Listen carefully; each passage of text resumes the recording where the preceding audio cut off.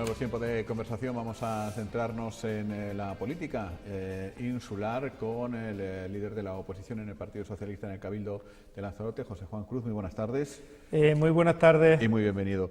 En fin, hasta hace poco responsable del área de coordinación de proyectos en el Cabildo, hasta hace poco, hasta que se rompió el pacto, y probablemente podemos hablar de estos asuntos, pero antes, José Juan, al hilo de lo que está sucediendo en las políticas del agua en la isla y la última sentencia contra el plan hidrológico de Lanzarote, en fin, sentencia que afecta a quien hizo el decreto, que es el Gobierno de Canarias, pero que evidentemente tiene que ver con Lanzarote. Lamentaron ustedes que el Cabildo no tomara parte en el procedimiento, exactamente.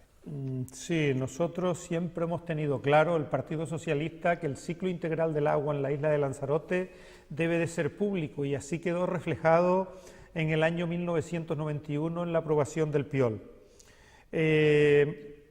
Luego sucede que Europa, a través del Gobierno de España, requirió a Canarias por el no cumplimiento en cuanto al plan hidrológico.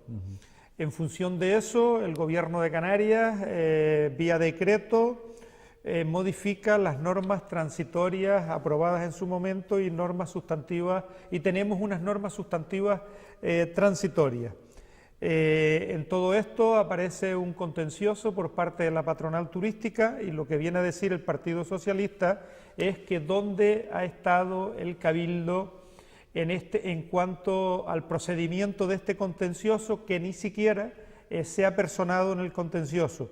¿Y por qué entiende el Partido Socialista que el propio Cabildo se debe personar en el contencioso? Porque no nos fiamos del Gobierno de Canarias, porque el Gobierno de Canarias es experto en chapuzas en todos los procesos de ordenación, y por lo tanto el Cabildo debía estar pendiente, estar personado para tener toda la información, para defender el ciclo integral del agua como público, porque es curioso que en la propia sentencia el propio Gobierno, en la defensa, ha ido en contra de lo que es la esencia de la Ley de Aguas de Canarias. Por lo tanto, si no lo ha hecho el Cabildo, lo que le decimos es que ya es hora de que se persone y que esté con el Gobierno mano a mano en el recurso para intentar conseguir que el ciclo integral del agua en la isla de Lanzarote siga siendo público, como lo ha sido durante muchísimos años. Ustedes, desde un punto de vista ideológico, abogan por eso, es decir, en el fondo de la cuestión ustedes tampoco están de acuerdo con la existencia de desaladoras privadas. Nosotros, en la historia del Consorcio del Agua, el Consorcio del Agua del Cabildo y de los 7 ayuntamientos, público por supuesto, siempre hemos estado a favor de que el ciclo integral del agua esté todo en manos públicas. Hubo una época determinada en la cual lo público no pudo abastecer lo privado, y cuando se fueron construyendo planes parciales en la isla de Lanzarote, se les exigió a esos planes parciales o a esas camas turísticas que se querían poner nuevas en el mercado, se les exigía la producción de su propia agua para autoconsumo, con una autorización dada por el consorcio por un periodo determinado, porque, como es lógico, quien haga una inversión de esas características debe tener un plazo y unas anualidades para amortizarlo, pero la realidad en el día de hoy es que todo eso, o la gran mayoría de ellas, por no decir casi todas, no tienen autorización de ningún tipo, salvo las 2 o 3 primeras que se construyeron allá por los años 70. Bueno, y Club Lanzarote. Se encuentra entre las 2 o 3 que estoy hablando, que pueden tener autorización. Y todo lo que se está conociendo, todo lo que se está viendo de Madrid, del canal de Isabel II, etcétera, ¿hasta qué punto les tiene a ustedes en guardia, José Juan? Miren, nosotros lo primero que hicimos en el Pleno del Cabildo a mediados del mes de mayo, creo que fue allá por el 14-15 de mayo, es solicitar una comparecencia al presidente, porque teníamos constancia a través de los medios de comunicación que parece ser que había una sentencia desde el mes de noviembre en el Cabildo Insular de Lanzarote y no se le hubiese dado traslado a los miembros de la corporación, que como mínimo darle traslado para que tengan conocimiento de ello a toda la corporación, como así se hace en dación de cuentas con otro tipo de sentencias que entendemos que tienen menos trascendencia y menos importancia que lo que podía tener esta que afecta al agua pública en la isla de Lanzarote. Ante eso el presidente convoca un pleno extraordinario con un único punto en el orden del día, que es la dación de cuentas de la sentencia, pero que desgraciadamente en ese pleno extraordinario no deja hablar a la oposición, sino él habla lo que le viene en gana, habla 1 hora y luego nos da 5 minutos a los grupos de la oposición sin derecho a réplica. Ante eso, la oposición en el Cabildo hemos reaccionado y vamos a mantener la comparecencia que teníamos solicitada para el pleno del día 8 y además también los grupos de la oposición le hemos pedido un pleno para reprobar al presidente por la actitud de no informar a los miembros de la oposición en cuanto a una sentencia de estas características. Y lo que ha dicho el Partido Socialista es que se procediera en su momento a sacar una concesión para la generación, distribución de agua en la isla de Lanzarote, pero eso sí, siempre teniendo el control de las tarifas y el control público en manos del consorcio. ¿Han pedido una comisión de investigación o anunciaron que la iban a pedir? No sé si ya han registrado esa petición. Sí, también solicitamos, el Partido Socialista solicita también una comisión de investigación, pero luego le damos vuelta al reglamento del Cabildo y nos damos cuenta que esa comisión de investigación no solo la puede pedir un grupo político, esa comisión de investigación el que la puede pedir es el presidente, el Consejo de Gobierno, 2 grupos políticos o bien 8 consejeros del Cabildo. Entonces, ante eso, planteamos la comisión de investigación y lo firmamos los consejeros de la oposición.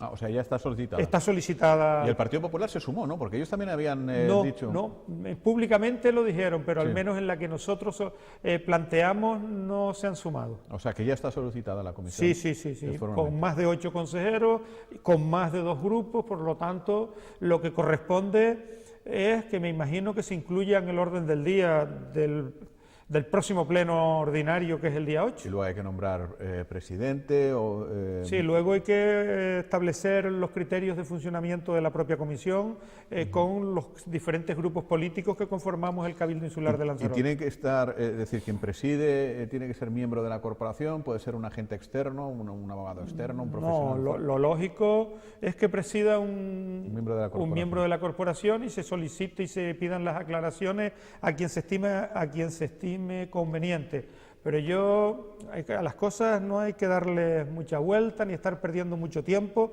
porque en definitiva lo que nos interesa a todos es garantizar que se genere agua pública en la isla de Lanzarote y llegue a todos los rincones de la isla en igualdad de condiciones. Lo que no puede ser es que se tenga un privilegio por vivir en la capital o por vivir en una zona turística, pero miren, el Partido Socialista lo tenía claro desde el primer momento. Nosotros queremos que llegue agua a todos los rincones de la isla de Lanzarote en igualdad de condiciones, de la misma calidad y al mismo precio. Queremos el agua para el islote, para Mazdache, Payé o para el Golfo o Playa Quemada o el Cuchillo. Cualquier pueblito de Lanzarote, con independencia de los habitantes que tenga, debe tener los mismos derechos en cuanto a calidad y a precio.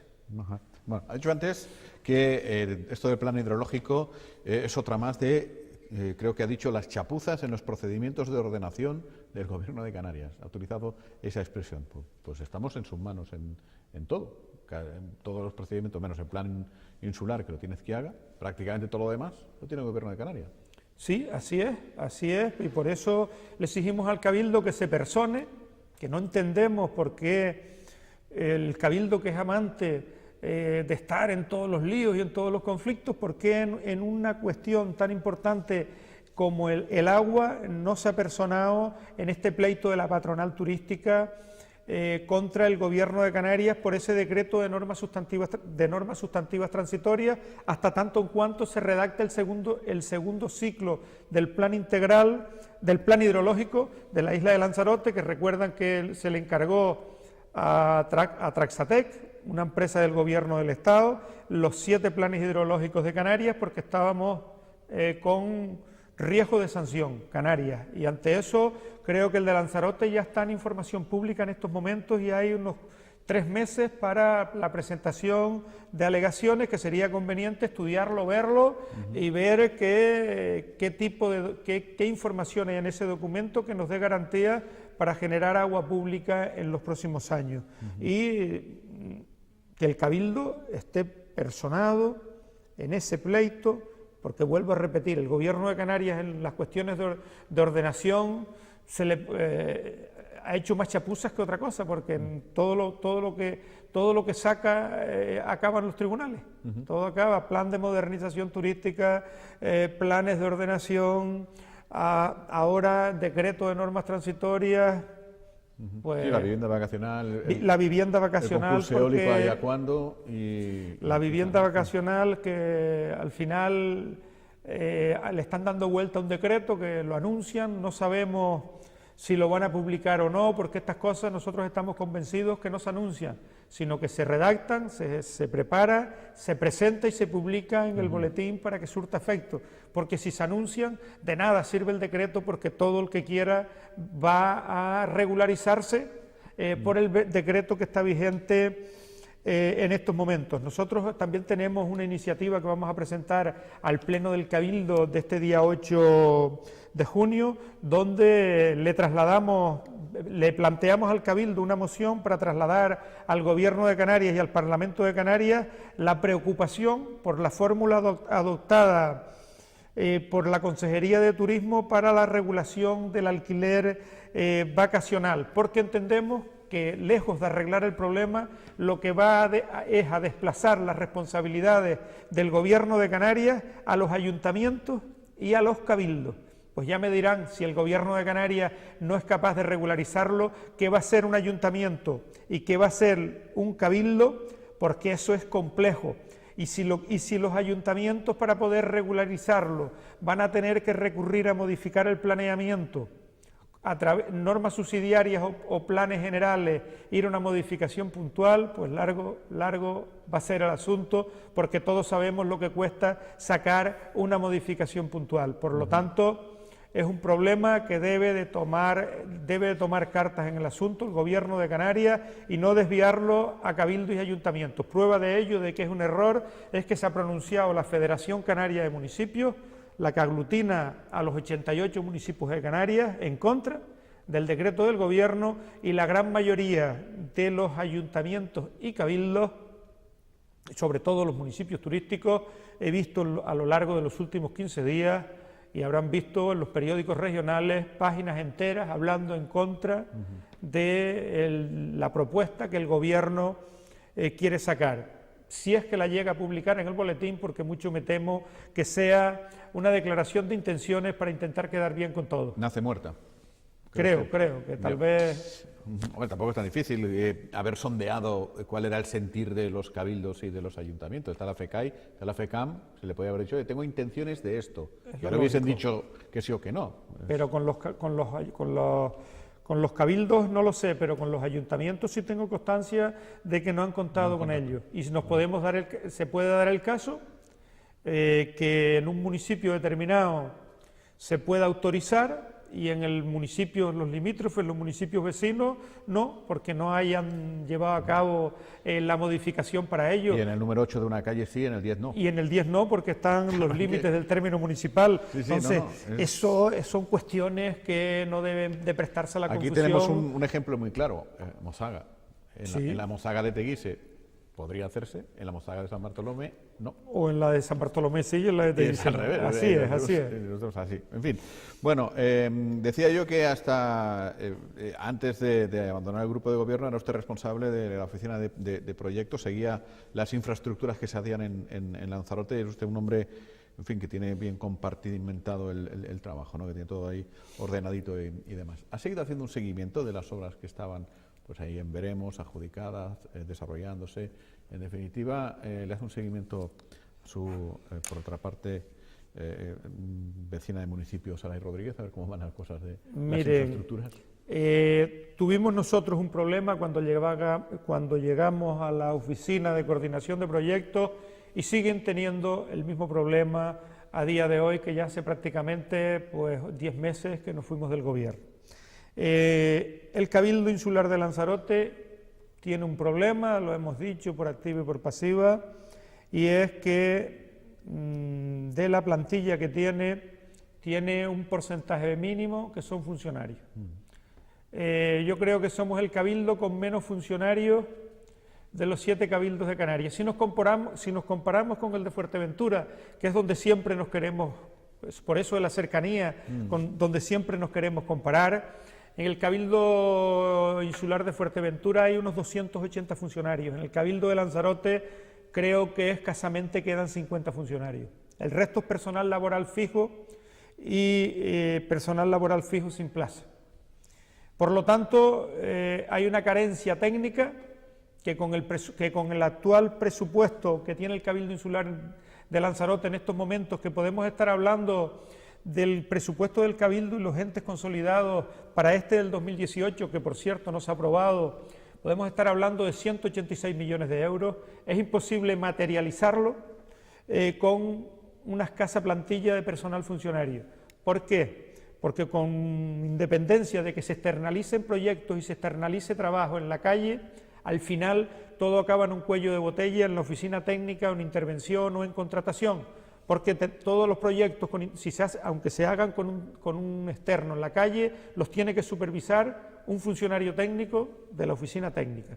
Cuando tenga la supervisión técnica tendrá que ir a intervención y ser supervisado por el Departamento Económico, y luego, cuando ya tenemos todo resuelto y las autorizaciones y lo vamos a sacar a concurso, tendremos que mandarlo a contratación, y también tiene que ser supervisado por un técnico, y hasta tanto en cuanto eso no se resuelva, ahora parece ser que han llegado a un acuerdo en la FECAI de firmar un convenio en los 7 cabildos para que se pueda desplazar funcionarios de otros cabildos en comisión de servicio, pero miren, eso es pan para hoy, hambre para mañana, eso no resuelve el problema. La prueba es que se finalizó el año 2017 con más de 120 millones de euros en cuenta corriente, y la realidad es que en este 2018 pues vamos a continuar en la misma línea y no se pueden materializar las inversiones que se están ejecutando. De hecho, ¿por qué no se ha aprobado el presupuesto? Perdón. Pues habría que preguntárselo al gobierno. No lo sé, porque no se ha aprobado el presupuesto. Estamos ya en el mes de junio. Entre aprobarlo, publicarlo, alegaciones, ya estamos hablando que nos vamos a ir después del verano. Por lo tanto, porque se supone que una de las cosas por las que hay dificultad, claro, hay dificultad de gobiernos cuando no se tiene mayoría, pero el Cabildo ya goza de mayoría estable, aritmética, por lo menos, sí. desde hace bastantes meses. Vamos a finalizar el año y trabajando con los presupuestos del 2017, por lo tanto no se materializarán las inversiones del 2018, al igual que no se pudieron materializar las inversiones del año 2017, porque la primera solución que se tiene que poner sobre la mesa es crear las plazas. Nosotros, cuando estábamos en el gobierno, para la aprobación de los presupuestos del 17, exigimos y hablamos y dialogamos de que todas las plazas que estaban pendientes de cubrir se transformaran en personal técnico, y se transformaron 27 plazas en los presupuestos, pero desgraciadamente de esas 27 plazas solo se han cubierto dos que se cubrieron para 2 médicos en el hospital general, en el hospital insular, porque tampoco teníamos personal que nos pudiera cubrir el servicio, y se cubrieron interinas rápidamente para poder prestar un servicio digno en el hospital, porque ahí no puede fallar el personal técnico. Pero no se ha cubierto ni una sola plaza de funcionario de esas plazas transformadas, porque también hay que decir que no se pueden crear todas las plazas que el Cabildo quiera, porque la ley de racionalización del gobierno de Rajoy no permitía sino cubrir la tasa de reposición al 50% de los que se iban jubilando. Yo espero y deseo que este nuevo gobierno de Pedro Sánchez, una de las primeras medidas que tome es intentar de consensuar con la Federación Española de Municipios, con la FEN, con la organización que aglutina a todos los alcaldes de España, intentar de consensuar la tasa de reposición en cuanto a personal técnico, y la otra gran problemática que tienen los ayuntamientos de España, que es en cuanto a los habilitados nacionales, secretarios, interventores y tesoreros, que hay una escasez terrible, y además el Gobierno central no deja habilitarlos si no son funcionarios del grupo A1. Pues miren, ya me dirán algún ayuntamientos por península donde tienen 100, 200 habitantes y lo único que tienen para todo el ayuntamiento es un auxiliar administrativo, a ver cómo resuelven ese problema, salvo lo que quisiera el Partido Popular era eliminar muchísimos ayuntamientos de España por esta vía. Hablando de Madrid, ¿está usted contento ya con el gobierno de Sánchez o es de los que se muestra cierto recelo por los compañeros de viaje, por los peajes que pueda tener que pagar? Miren, estaba claro que en la situación en la que se encontraba el Partido Popular, con una notificación de la sentencia del caso Gürtel y no reacción de ningún tipo por parte del presidente del gobierno, el señor Rajoy, ni reacción del Partido Popular, el partido mayoritario en la oposición, que es el Partido Socialista, no le quedaba otra sino plantear una moción de censura con independencia de que tuviera o no los números para ello. Planteada esa moción de censura y la incapacidad del Partido Popular para reaccionar y la no dimisión del presidente Rajoy, se somete a la consideración de los 350 diputados y esa moción de censura y el presidente Pedro Sánchez tienen el apoyo de 180 diputados, por lo tanto es el nuevo presidente de España y lo que le corresponde ahora es formar un gobierno con las dificultades del día a día de un gobierno en minoría y en el cual tiene que permanecer abiertamente el diálogo y el consenso con todas y cada una de las fuerzas políticas que conforman el Parlamento para intentar sacar lo mejor para España, un gobierno que trabaje con responsabilidad, un gobierno para recuperar la dignidad, un gobierno que se lo merezca a nuestro país y que pueda cambiar algunas de las cuestiones que el Partido Popular pues no ha querido en estos últimos tiempos. Bueno, pues aquí lo dejamos, José Juan, muchas gracias por haber venido. Gracias. Y muy buenas tardes. Buenas tardes. Enseguida continuamos en la tertulia. Nos acompañará hoy Samuel Martín, Cristina Duque, Jacobo Medina y Paula Corujo. Hasta dentro de un momento.